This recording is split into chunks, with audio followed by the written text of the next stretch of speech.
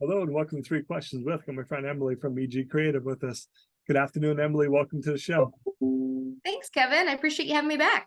So, Emily, today I want to go a little different direction. I want to talk about some red flags for SEO. Because I know in the past we've joked about it. Hey, Emily, if you sign up with me, it's 3:02 p.m. I can have you on page 1 of Google by 4:30. Yeah. I've seen, I guaranteed page 1, within minutes. Whatever is above a red flag, that probably was the one above the red flag. That's can't happen. Yeah, that is all the flags raised up all at once on the flagpole. That is, those kinds of promises are the number one big red flag I see.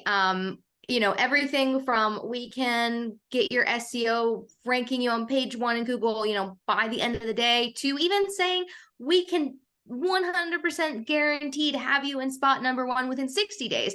Really, anything, anyone, any agency that promises any results in under 90 days, and to be safe, it should really be under 6 months, is a big red flag for me, because SEO is a long game. You have to be patient, but it will pay off. It just takes time, and there's no way around it.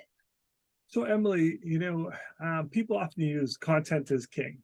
It's one of the, you need to have content, you need to have content. Then I have people going, well, why don't I just use artificial intelligence, make as many blog posts as I can, slam them all online. Look at all the content I got. I just did 10 blog posts today, Emily. Does that work? Unfortunately, no. And this is another red flag. If you're working with someone who's an SEO expert or an SEO agency, and they're telling you that all you need to do is take the keywords they give you and put them into ChatGPT, that is a red flag. And the reason is because that content that ChatGPT is creating, it isn't necessarily unique. And having content that's really original is important for SEO. Google wants to see things that don't already exist out there, or they want your opinion on something that, sure, other people have talked about, but you haven't. So these AI tools, they're just regurgitating all of the internet before 2021. That's what they were trained on. So they are just regurgitating it, and sometimes they're not even doing it correctly. They're spitting out inaccuracies, total falsehoods, links that don't work. So you can certainly use tools like ChatGPT to help you get ideas or help you reword things or start a blog post, but you've really got to be putting that personal touch on it if it's going to work. Otherwise, you will have just spent time and money getting AI to spit out this content that's not going to rank, and sometimes will actually just get hidden by Google completely.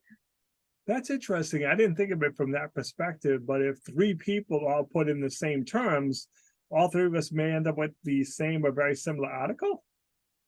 Yeah, it probably won't be exactly identical, but it will be very similar because, these AI tools, they don't actually know how to speak. It's all probabilistic. They're actually guessing here's a word, what's the next most probable word to come after it, and after that, and after that. And there's only so many combinations. So you wind up with things that are really similar, and you also sometimes wind up with sentences and paragraphs that have just been completely lifted from stuff that already exists, which is like accidental plagiarism. Yep, that's bad.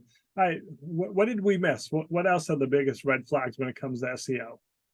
Another big red flag is to do with links. So links are important. People say, oh, you want to have links coming in and out of your website. If someone comes to you and they're promising that for X amount of money, they can get you certain links on certain pages, be very wary. There are absolutely legitimate folks out there who do link-focused SEO, and they can help you get real placements on real websites. But some of these folks, you're gonna pay them a bunch of money, and you're gonna get your links put on what we essentially call link farms, which are just websites created with the sole intent of linking out to other web pages. Those don't last very long. Google figure out the gig. They shut it down.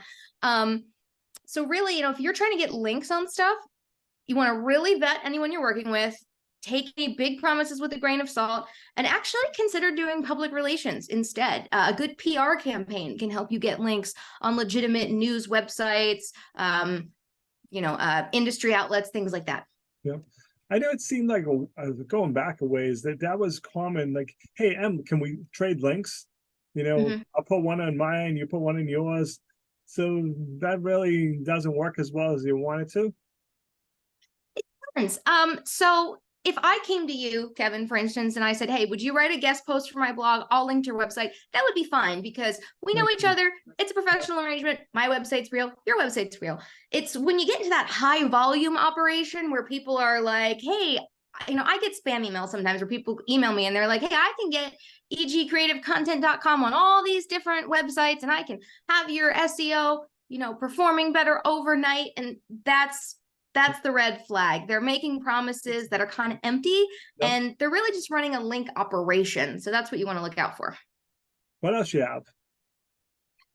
Well, those are some of the biggest ones. The other things that I tell people to look out for are to look out for where, like if you're working with someone, they want to migrate your website to a new content management system, ask them questions. Don't take them at face value. Sometimes people will want to migrate you to a system that actually they control, not you. I run into some instances where I talk with people who say, hey, I don't know how to access my website backend.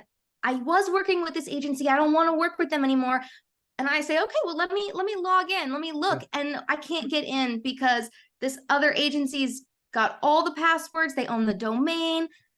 You as the business owner should know how to access your website. You should know how to access your domain. You should be getting the bill in the mail for this stuff. So be very careful when you meet an agency that says they'll just handle everything and you don't have to think about it. Like for instance, with me, when I work with clients, I will set things up for them and I will train them on how to use it, but I will also make sure that they have all the access and permissions they need. I don't expect everyone to remember it. Lots of people come back to me and ask me, hey, how do I do this? And I'm happy to tell them, but they have ownership of it, which is really important. That's a perfect way to end the segment. Emily, what's the best way for people to reach out to you? How can they learn more? Best way is on my website, egcreativecontent.com, or shoot me a message on LinkedIn. Emily, I appreciate you taking a few minutes to come on the show. And as always, thanks for being my friend. Thanks, Kevin.